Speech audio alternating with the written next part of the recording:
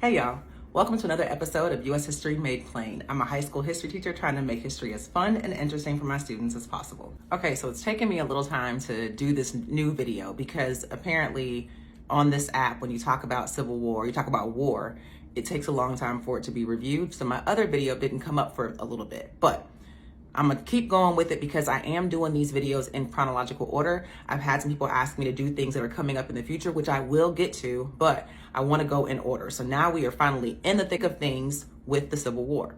It started in Fort Sumter on April 12, 1861. The South won the first battle. They were able to take over the fort.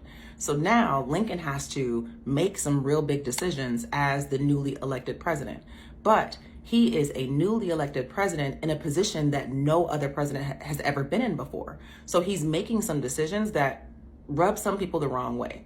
Because we have checks and balances, the executive branch cannot just do whatever they want in America. And so with Lincoln, with him being the executive branch, he had to make a lot of decisions during the Civil War without the approval of Congress, because Congress wasn't in session when he had to make these big decisions. So a lot of decisions that he made were without authorization, which rubbed some people the wrong way. First, he called for 75,000 volunteers to fight in the Civil War against the South, against what he called an insurrection in the South, to try and unite the country back together. After Fort Sumter happened, a lot of the North actually did back the Union troops because they wanted to keep the Union together to save the Union. Lincoln also authorized spending for the war that he didn't necessarily have the approval to do, but the war is happening. The war is taking place, and so he has to make these decisions whether Congress is on board or not.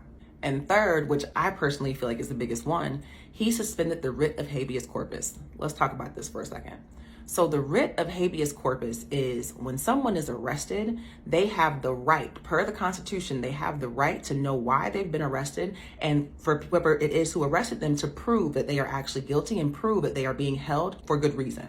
Lincoln, during this time of the Civil War, suspended the writ of habeas corpus, meaning as the executive power, as the new president, he was able to arrest people who may have, had bad intentions for the North, or may have been spies or something for the South going back to help the South out. He could arrest them, put them in jail, and keep them in there for as long as he needed to, and not ever give them a reason as to why they were arrested.